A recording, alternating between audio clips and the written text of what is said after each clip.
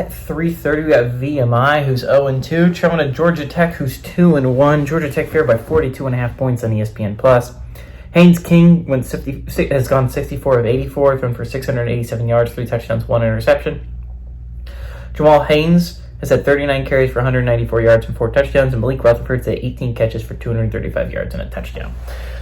Georgia Tech's coming off their first loss of the season, and a little bit disappointing game for them against Syracuse. They were a team that was riding high. Remember, they beat Florida State in week 0. You couldn't be higher. They have a solid week 1 performance against Georgia State, and suddenly you're in the top 25.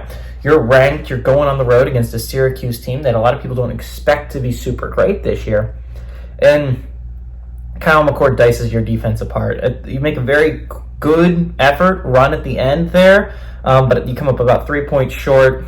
And it's a disappointing one if you're a Georgia Tech fan. But come on, Georgia Tech, you're 2-1, dog. Heading into week 4, chance to move to 3-1. You're deep into the ACC playoff conversation. I understand you're now 1-1 in conference play, but come on, dude, the season's not done yet. You have a good team together. You could do this thing. Now, hard schedule, just really hard schedule.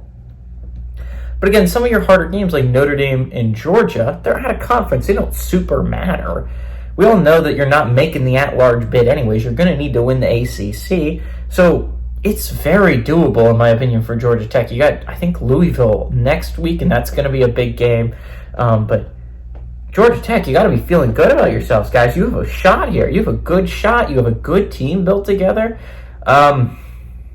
I'm going to be honest, this is one of your only shots. To be completely honest. And once Haynes King is left, I feel like your window closes for really seriously competing for a playoff spot, right? So this is the year. If there was ever a year to make a playoff run, Georgia Tech make a surprise playoff run, it would be this year.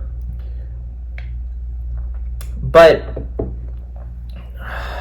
see, it's just hard for me to fall in love with the Yellow Jackets and I think they're one of the better teams in the ACC. I won't lie. I think Haynes King's one of the better quarterbacks in the ACC. I don't think the ACC is super strong this year.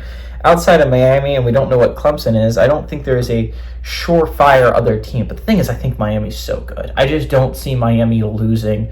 With the way they're playing right now, I don't see them losing a lot of ACC games. And that's going to make it really hard, in my opinion, for a team like Georgia Tech to emerge as the other team and maybe even give them a run for their money. I don't know if it's going to happen.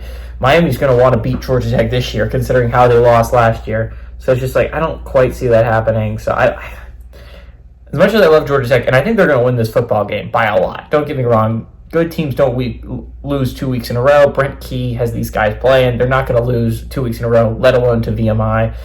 So give me Georgia Tech to win and cover at home, but I'm just a little bit worried about their future in the ACC.